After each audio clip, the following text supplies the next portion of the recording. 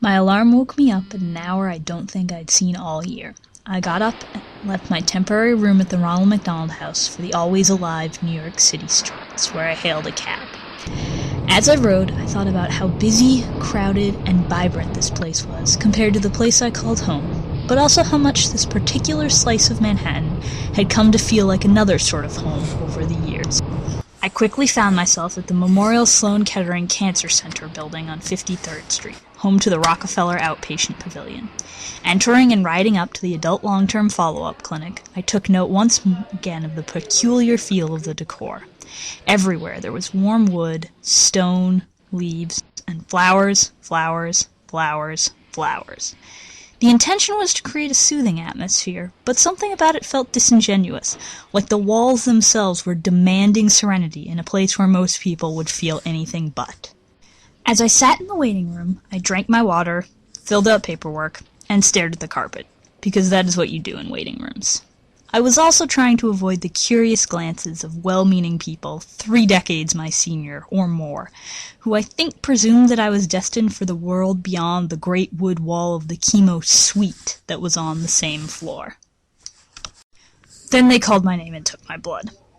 As I sat in the waiting room some more, I stared both at the carpet and out the window, thinking about the bone marrow transplant I'd had almost 11 years previous, and the lifetime membership it had bought me to this clinic. I felt both resentful and undeservedly lucky to be here. I know and know of so many kids who will never make it to a clinic like this, and so many others whose long-term care is so much more difficult and complicated. But I'm also painfully aware of the multitudes out wandering the New York City streets who will never see inside a place like this, who don't have to worry that their clinically insignificant cataracts might become significant, that they might start menopause before ever having a boyfriend. I was torn between guilt and gratitude, resentment and privilege. In some of the literature, this clinic is oxymoronically named the Adult Pediatric Long-Term Follow-Up Clinic, which, while seemingly contradictory, is actually a perfect indicator of this place and the paradox it represents. I am healthy, except in all the ways I am not like healthy people, and I am an adult, except that in many ways I am still a child, and still dealing with the remnants of my childhood. I continued to think about all of this as I met with the amazing doctor and nurse practitioner who I see here, who answered my questions with detail and care, and to maintain an interest in my schooling, jobs, and goals. I also peed in a cup. And then all of a sudden I was released, sent back out onto the now even busier, brighter New York streets.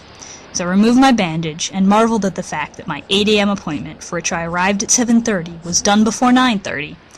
I did what I have only just begun to be able to do, navigating the paradoxes of my life. I shed my identity as a patient and joined the masses traveling the city, resuming my identity as a healthy person, secure in the knowledge that the inevitable blow of illness and infirmity would not be coming for me, at least for today. I'll see you next time.